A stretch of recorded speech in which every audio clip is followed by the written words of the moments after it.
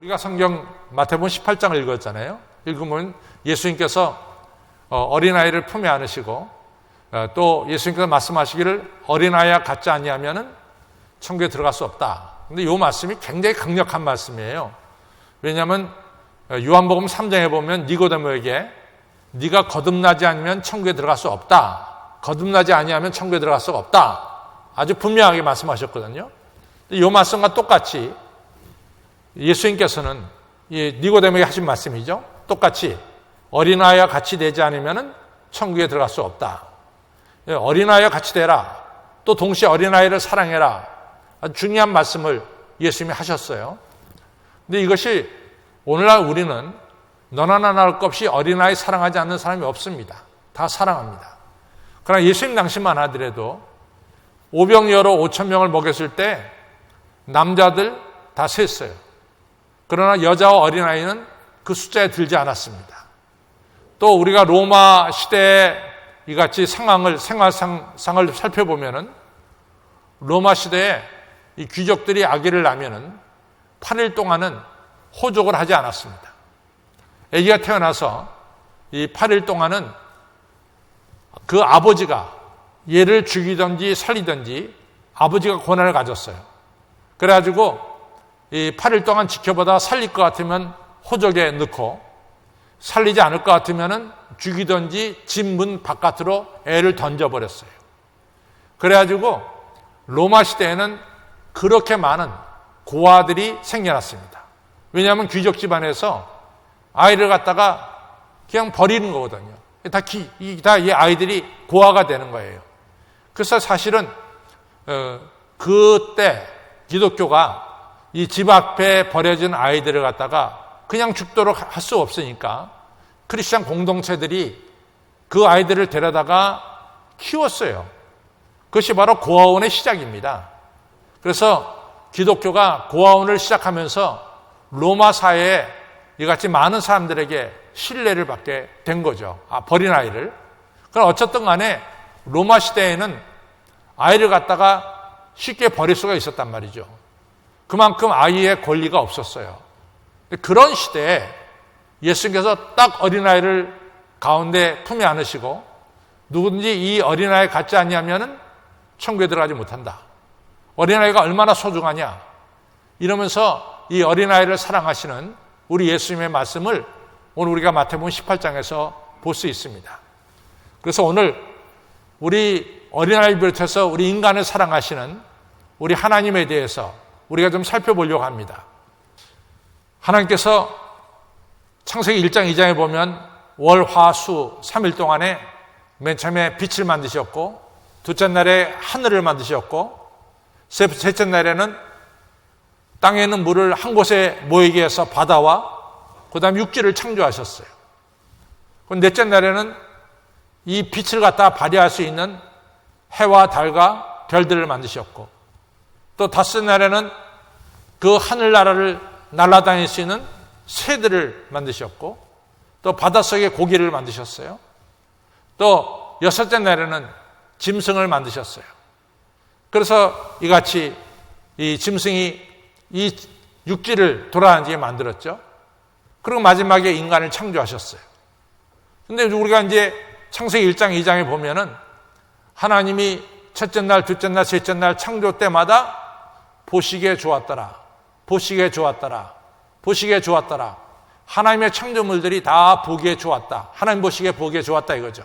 바다도 좋았고 육지도 좋았고 하늘의 새들도 좋았고 바닷가에 다니는 고기도 좋았고 또 육지에 다니는 짐승도 보기에 좋았다. 이렇게 말씀하십니다. 그런데 인간을 창조하시고 나서 하나님 뭐라고 말씀하냐면 심히 좋았다. 정말로 좋았다. 심히 좋았다. 이렇게 말씀하세요. 모든 만물을 창조하시고 좋았다 그래놓고 그 다음에 인간을 창조하시고 나서는 하나님 말씀이 심히 좋았다. 이렇게 표현하시죠. 저보러 강 목사님은 전 세계를 다니면서 가장 잊지 못할 장소가 어디입니까? 라고 물어보면은 저는 우리 교우들과 함께 브라질에 의료 선교 갔을 때 우리가 배를 타고 아마존에 쭉 들어갔을 때 그 아마존에 들어갔을 때 그날 해가 지는 그러한 노을 지는 그러한 때 아마존 강이 그 주변이 환상적이었어요. 저는 그때 그것을 보고 지금도 잊혀지지 않습니다. 야, 이 파라다이스, 천국이라는 게 이런 거구나. 너무너무 아름답단 말이지. 이렇게 이제 생각이 들었습니다. 제가 아는 이 미국에 사는 우리 한국 사람인데 이분이 테네시주에 있는 내슈빌에 살고 있어요. 이분이 나한테 그래요. 강 목사님, 자기가 살고 있는 내슈빌은 천국이래요. 그래서 왜 이렇게 천국이냐 했더니 정말 성경에 나온 에덴 동산처럼 너무너무 아름답다는 거예요. 그럼 제가 뭐 그렇게 자랑을 해요. 근데 저는 내슈빌에 가보진 못했어요. 그분이 하도 자랑하니까 제가 속으로 아 그래 내슈빌은 굉장히 아름답겠다 이렇게 이제 지식적으로 가지고 있습니다. 근데 하나님 말씀은 이같이 아마존 강에 해가 질 때 그 광경이 너무 아름답고 내시벨이 아무리 아름답다 할지라도 그보다 더 아름다운 건 누구냐? 우리 인간이 아름답다 이거죠. 우리 하나님께서 우리 인간을 보고 심히 보기에 좋았더라. 가장 아름다운 것은 누굽니까? 바로 하나님이 하나님의 형상대로 창조한 여러분과 저가 가장 아름다운 존재임을 믿으시기 바랍니다. 저 따라서요. 옆에 사람 보면 또 침 튀기니까 안 되고 자기를 보고 자기 가슴에 넣고 나는 하나님이 창조한 가장 아름다운 하나님의 형상입니다. 믿으십니까? 아멘. 제가 아는 분이 꼭 저녁 때 애들을 잠자기 전에 애들한테 그런 얘기를 해요. 얘들아, 너희들은 하나님께서 신묘막측하게 창조하셨어. 너무나 존귀하게 너희들 창조했다. 아름답게. 너희들은 하나님이 창조한 정말로 아름다운 하나님의 아들, 딸이야. 그리고 하나님이 너희들을 얼마나 사랑한 줄 알아? 하나님께서는 천을 주고도 바꿀 수 없을 만큼 너를 사랑해. 그리고 너희들의 앞날을 하나님께서 인도하신다. 아빠, 엄마도 역시 너희들을 그렇게 사랑한다. 이렇게 얘기를 해줘놓고 그 다음에 성경을 읽고 기도하고 애를 잠재웁니다. 맨날 그래요. 그래서 이제 어느 분이 그분한테 물어봤어요. 어떻게 하루도 빼놓지 않고 당신은 당신의 아들들한테 그냥 성경 읽고 기도해 주는 건 좋지만은 너희들은 가장 아름답게 창조됐고 그리고 하나님이 너희들을 끝없이 사랑하고 너희들의 미래를 책임져 주신다. 이런 얘기를 매일같이 하시는 이유가 뭡니까? 그분이 말해요. 우리가 세상에 나가면은 우리 아이들이 얼마나 사람들의 말에 의해서 상처를 받습니까? 사람들의 말에 의해서 얼마나 많은 상처를 받습니까? 그런 상처 때문에 아이들이 열등의식을 갖게 되고 그런 상처 때문에 애들이 고민하게 되고 어려움을 겪게 되는 것을 우리가 너무나 많이 보지 않습니까? 내가 매일 저녁 애들한테 이런 얘기 하는 것은 바깥에 나가서 이같이 사람들에게 상처를 받아도 그 상처를 이겨낼 수 있도록 우리 아이들에게 하나님의 사랑을 심어주는 겁니다. 이런 얘기할 때요. 제가 굉장히 동감을 했어요. 여러분들 하나님이 여러분과 저를 가장 아름답게 창조했어요. 아무리 자연이 아름다워도 사람이 더 아름다워. 그렇게 하나님이 창조하셨다고요. 여러분과 저는 하나님께서 하나님의 형상대로 아름답게 창조했습니다. 우리는 이것을 꼭 기억해 살아야 돼요. 그런데 우리가 아름답고 존귀하게 창조되었다는 것을 느끼며 살아야 돼. 이것이 중요한 거거든요. 달이 태양으로부터 빛을 받을 때 달은 아름다워. 만약에 달에게 태양빛이 없다면 여러분과 저는 달의 아름다움을 볼 수가 없어요. 여러분과 저가 하나님이 나를 아름답게 창조했다는 것을 언제 아느냐? 여러분과 저가 하나님 바라볼 때, 하나님 빛이 우리에게 임할 때 여러분과 저는 아름답게 창조되었다는 것을 깨닫게 되고 느끼게 될 줄로 믿습니다. 언제나 하나님 바라보시고 하나님께로부터 오는 빛을 통해서 여러분과 저가 아름답게 창조된 것을 꼭 기억하시기를 바랍니다.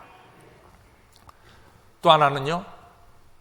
우리가 시편 8편차에 참 좋아하는 시인데 내가 하나님의 손으로 만든 하늘과 달과 별들을 보니 사람이 무엇이간데 하나님께서 생각하시고 인간이 무엇이간데 우리를 공고하시나이까. 우리를 천사보다 조금 못하게 하시고 영광과 존귀의 관으로 우리의 머리에 씌우시고 그리고 하나님이 창조한 모든 세상을 다스리게 하셨나이다.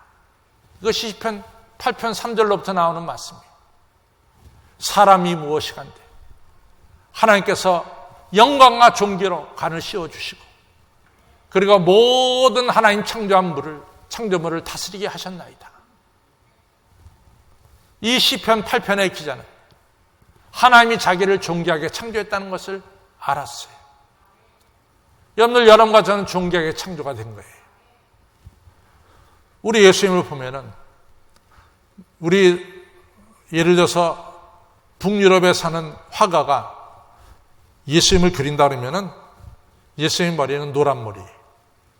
예수님 얼굴은 아주 백인입니다. 아프리카에 사시는 분이 예수님을 그린다면 예수님은 흑인이에요. 정말 예수님의 모습은 어떻게 생겼을까? 예수님 모습은요, 팔레스틴 사람하고 똑같아요. 예수님은 중동 분이었거든요. 그러니까 사실은 예수님은 노란 머리도 아니고요. 예수님은 아마 검은 머리가 정확할 거예요. 예수님은 또 키도 많이 크지 않았을 거예요. 왜냐하면 중동 사람들이 본래 키가 크지 않아요. 중동 사람들이. 또 예수님의 얼굴빛은 약간 꺼무잡잡했을 거예요. 왜냐하면 중동 사람들이 그렇거든요. 그게 예수님의 모습이에요. 물론 시편 53편에 나오는 예언자의 말은 앞으로 나타날 메시아에 대한 이야기니까 보고한 얘기는 아니에요. 근데 시편 53편 2절에 뭐라고 나와요? 예수님의 이 메시아를 보니까 고운 모양도 고운 형체도 없다 했어요. 나 사람이 흠모할 만한 아무것도 가지고 있지 않았다 그랬어요. 오히려 사람들이 예수님의 얼굴을 보고 고개를 돌렸다, 메시아를 보고 고개를 돌렸다라고 시편 53편 2절 3절에 나와요. 그런데 그 예수님이 여러분과 저를 구원했잖아요. 인구 70억의 인구가 3분의 1 이상이 예수님 없이는 못 살아요. 주 얼굴 배울 때 얼마나 기쁘랴. 우리가 주님 얼굴 뵙기를 너무나 기다리는 거예요. 시편 53편 2절에는 얼굴에 모양도 없고 그같이 풍채도 없다 그랬어. 몰골이 그렇게까지 사람들이 보기에 이같이 흠모할 만한 몰골이 아니라 그랬어요. 그러나 예수님은 여러분과 저의 죄를 대신 지 십자가를 죽으시고 부활하셔서 영광의 몸으로 우리에게 나타났어요. 너무나 예수님이 좋은 거예요.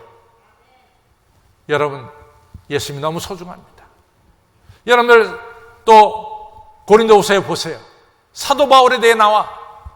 사도 바울이 그런 굉장히 무게가 있는데 그 말하는 것을 보니까 졸하다, 졸. 말 잘 못하는구나. 그리고 직접 사도 바울 얼굴과 얼굴 대보니 너무 나약해 보여. 사도 바울이 별로 이같이 흠모할 만한 게 없다 이거죠. 그러나 오늘 2020년 오늘 3월 이같이 22일에 사도 바울은 우리의 신앙에 너무나 중요한 분이에요. 이같이 하나님은 여러분과 저 누구를 막론하고 다 존귀하게 창조하셨어요.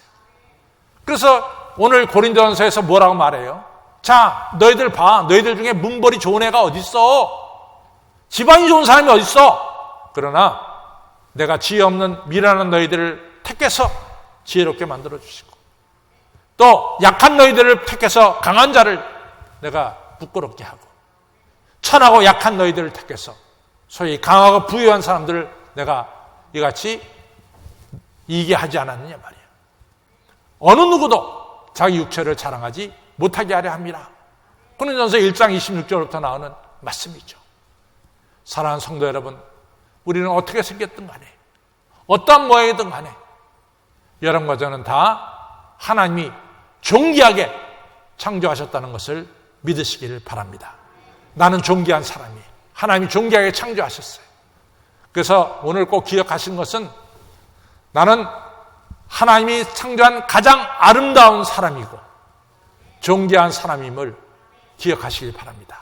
다시 한번 우리 고백하겠습니다. 나의 가슴에 대고 나는 하나님이 창조한 아름다운 사람이고 존귀한 사람입니다. 아멘. 여러분과 저는 아름답고 존귀한 사람이에요. 근데 중요한 게 있어요. 나만 그럴까? 나만 그럴까? 옆에 계신 분도 그래. 나만 그런 게 아니라 옆에 계신 분도 하나님이 창조한 아름다운 존재고 존귀한 존재야. 이것을 우리가 행해야 돼.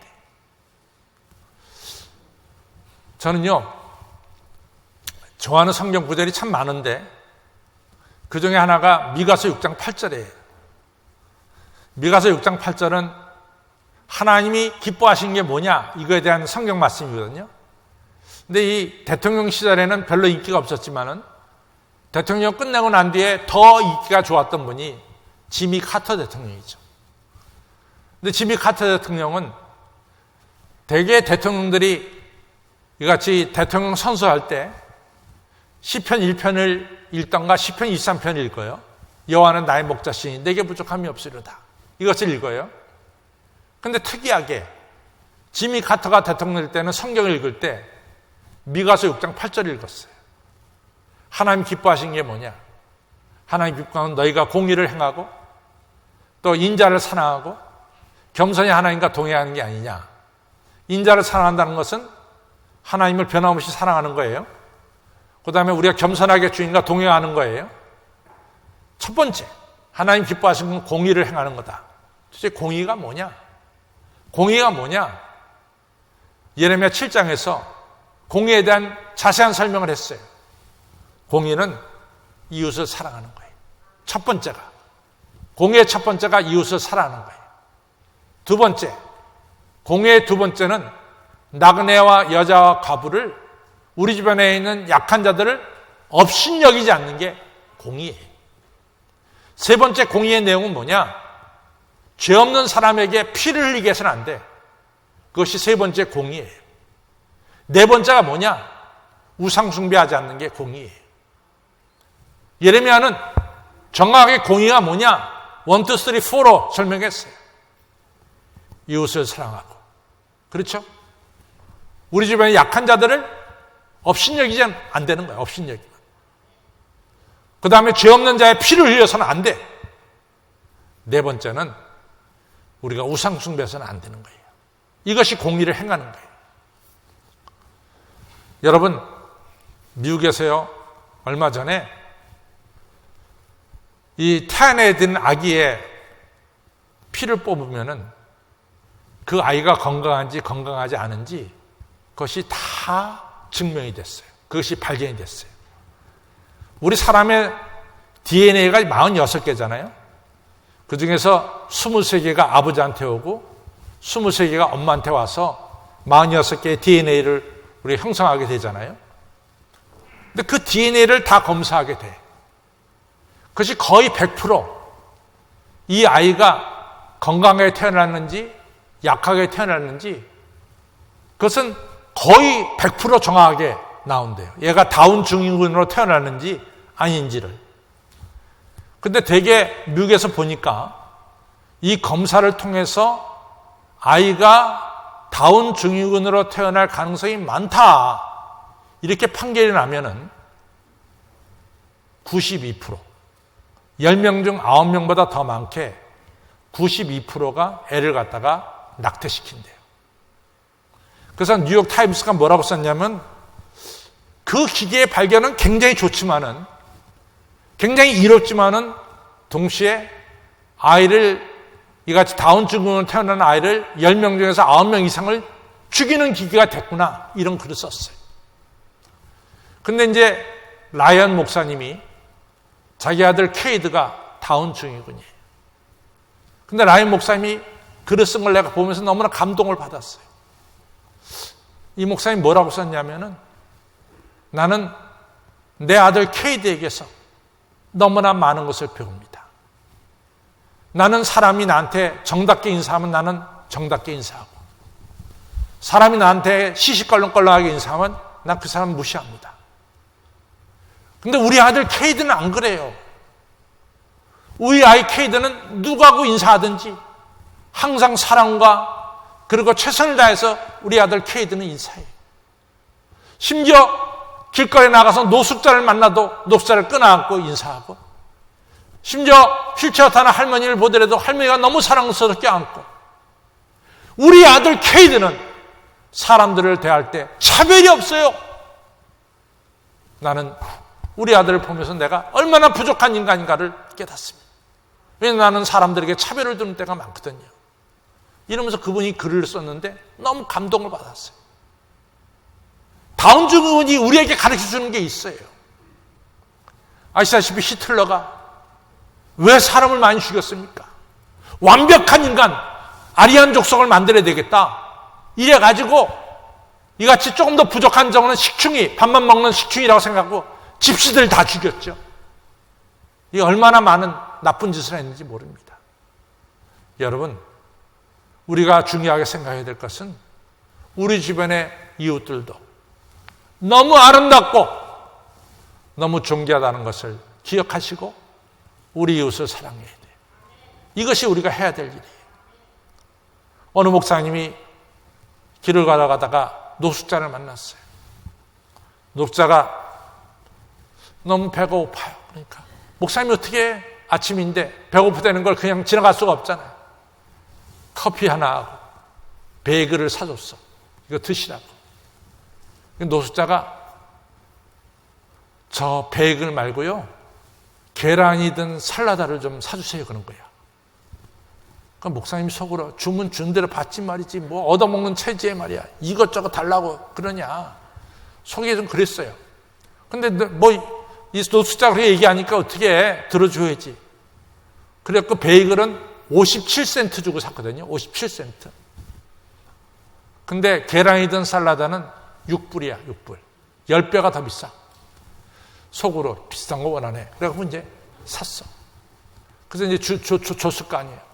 그랬더니 이 노숙자가 이렇게 입을 보면서 죄송해요. 제가 베이글 대신 계란이든 살라다 사달라고 죄송해요. 보시다시피 제가 이가 하나도 없잖아요. 제가 잇몸으로 먹기 때문에 딱딱한 베이글은 먹을 수가 없습니다. 죄송합니다. 이래 얘기하는 거예요. 목사님이 콱 찔렸어요. 상대방의 이같이 아픔을 모르고 속으로 주는 대로 받아먹지 말이야. 이렇게 생각한 것에 대해서 너무 자기가 죄송하게 생각했어요. 내가 잘못했구나. 내가 쉽게 사람을 판단했구나. 자기가 그때 너무나 많은 회개를 했다라고 얘기하고 있습니다. 여러분, 지금 우리가 코로나 바이러스 때문에 다 아픔을 가지고 있어.